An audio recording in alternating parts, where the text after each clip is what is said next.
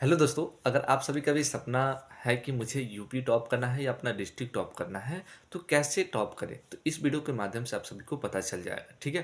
तो इस वीडियो में मैं बताने वाला हूँ, जैसा कि आपने थंबनेल और टाइटल देख लिया होगा, तो उसी के अनुसार मैं बताने वाला हूँ कि सामाजिक विज्ञान जो आपका होता है, सोशल साइंस में आपको जैसे आपको पता होगा कि बहुत ही लंबा चैप्टर होता है, उसको रिकवर करने में बड़ी दिक्कत होती है, ठीक है? तो कैसे कॉपी को लिखें, ठीक है? तो हम लोग जो यूपी के टॉपर हैं प्रियांशी सोनी, उन्होंने खुद बताया कि कैसे उन्होंने कॉपी लिखा था कि जिससे उनका जो मार्क्स आए थे 100 में 100 आए थे सामाजिक विज्ञान में। तो चलिए वीडियो को आप लोग शुरू से अंत तक देख लीजिए, वो किस प्रकार से बता रही हैं। अगर आप भी फॉलो करते हैं तो आपका भी स्कोर क्या होगा, 100 में 100 जरूर आएगा।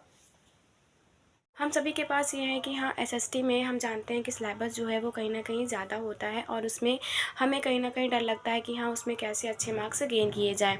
तो सबसे इम्पॉर्टेंट क्या होता है, लिखने का तरीका। अगर हम उसको अच्छे से लिख रहे हैं, एसएसटी में रिप्रेज़ेंट कर रहे हैं, तो उसमें हमें अच्छे मार्क्स मिल सकते हैं। तो पहली चीज़ आपको क्या ध्यान में रखनी है, कोई भी क्वेश्चन लिखने से पहले आपको बीच में प्रश्नोत्तर संख्या डालना है। उसके बाद आपको उसमें आप चाहें तो उसमें पैरा बना के आंसर को लिख सकते हैं या फिर आप उसमें हेडिंग का भी प्रयोग कर सकते हैं। एसएसटी में ये ध्यान रखना है कि आपको ब्लू और ब्लैक पेन यूज़ करने हैं, कलरफुल पेन्स बिल्कुल यूज़ नहीं करने हैं। कोई भी सब्जेक्ट हो आपको ब्लू और ब्लैक पेन यूज़ करने हैं। साथ में क्या रखना है आपको कि बीच में आपको कोई भी, जैसे कि हम जानते हैं इसमें आंसर जो होते हैं वो हमारे लंबे होते हैं, तो आपको क्या करना है कि बीच-बीच में आपको, जैसे आपने ब्लू से पूरा आंसर लिखा है, फिर बीच में कहीं पे कोई चीज़ें जो इम्पोर्टेंट होती हैं उनको आप ब्लैक पेन से हाइलाइट करते हुए लिखते चलिए। इससे क्या होता है कि जो आपकी कॉपी होती है वो अन्य लोगों की कॉपी से थोड़ी अलग होती है और टीचर को भी आसानी हो जाती है कॉपी को चेक करने में। क्योंकि लंबे आंसर्स होते हैं तो उनको पढ़ने में शायद इतना नहीं रहता है, लेकिन अगर आप कुछ भी पॉइंट्स जो होते हैं वो आपको हाइलाइट करके उसे लिख देते हैं, तो उससे क्या होता है कि हाँ टीचर तुरंत समझ जाता है कि आपको साइंस से रिलेटेड सब कुछ पता है। तो आपको एसएसटी में खास करते ध्यान रखना है कि आपको बीच में आंसर्स के ब्लैक पेन से कीवर्ड्स को लिखना है, जिससे कि आपको जो आंसर हो वो अन्य लोगों से थोड़ा अलग हो। फिर उसके बाद बात करते हैं कि अब इतना कम टाइम बचा है, शॉर्ट टाइम बचा है आपके पास, मुश्किल से 1-2 हफ़्ते हैं, तो उसमें आपको कैसे एसएसटी की स्ट्रैटेजी रखनी है कि आपकी जो तैयारी, जो बची हुई तैयारी है, वो और भी हो जाए पूरी अच्छे से। तो एक चीज़ आप ध्यान में रखिए, जो भी चैप्टर्स हैं आपके, उनको आपको सारे चैप्टर्स को पढ़ने हैं। उसके बाद उसको समराइज़ करके आपको ट्राई करना है, ज़्यादा टाइम नहीं, लेकिन हाँ लगभग 1 पेज में आपको एक चैप्टर लिखने का ट्राई करना है। कैसे? जैसे कि कोई भी है, कोई भी युद्ध है, तो उसके बारे में आपने पढ़ा, तो ये कब हुआ, कैसे हुआ और कहाँ-कहाँ हुआ, किनके बीच में हुआ, तो इनको चीज़ों को आपने लिखी उसको। तो इससे क्या होता है, आपको क्लियर हो जाता है कि हाँ हमें इस चैप्टर से रिलेटेड सारी चीज़ें क्लियर हैं। इस तरह से आपको एक कॉन्फिडेंट आएगा कि हाँ इस चैप्टर से रिलेटेड जो मेन चीज़ें हैं वो तैयार हो गई। और इस तरह से सारे चैप्टर्स में आपको करना है कि एक एक पेज लगभग कम से कम लिखने का ट्राई करना है एक चैप्टर को उठा के, कि हाँ इसमें से क्या क्या चीज़ें हमने क्या क्या पढ़ी हैं इसमें, उन चीज़ों को आप खुद से लिखने का ट्राई करिए बिना बुक को देखे। तो इससे पता चल जाएगा कि आपको उस चैप्टर से रिलेटेड क्या चीज़ आती है, और जो चीज़ उसमें छूट रही हो उन पर आप फिर से उसको तैयार करेंगे और उसको याद करेंगे।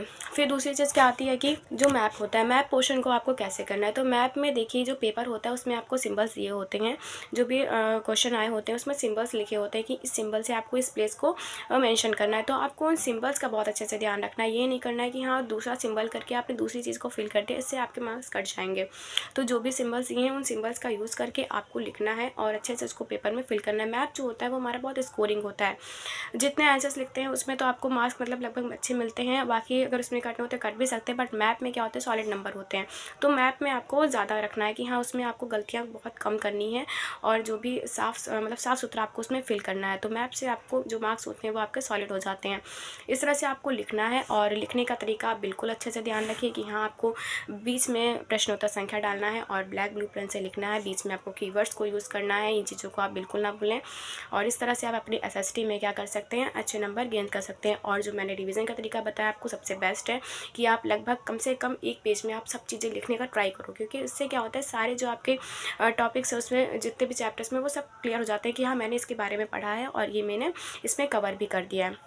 इस तरह से कम समय में आपके सारे चैप्टर्स एक बार रिवाइज़ भी अच्छे से हो जाएँगे। और जैसा कि मैंने पहले ही आपको बताया था कि आंसर प्रैक्टिस जो होती है वो तो ज़रूरी थी ही, तो अब इतना तो टाइम नहीं कि आप सारे आंसर लिख के ट्राई करें, तो आपको ज़रूरी है कि हाँ उसी तरह से आपको समराइज़ करना है चीज़ों को और इस तरह से अपनी जो एसएसटी की तैयारी वो करनी है, क्योंकि हर एक सब्जेक्ट जो है बोर्ड्स में इंपॉर्टेंट है। किसी एक सब्जेक्ट में अच्छा करके और दूसरे में कम अच्छा अगर गेन करेंगे तो भी आपके परसेंटेज जो होते हैं वो डाउन हो जाते हैं, इसलिए आपको हर एक सब्जेक्ट को इक्वली टाइम देना है और उसको अच्छे से उसमें परफॉर्म करना है। इस तरह से सोशल साइंस में आप अच्छे से नंबर गेन कर सकते हैं। Thank you so much for watching my video.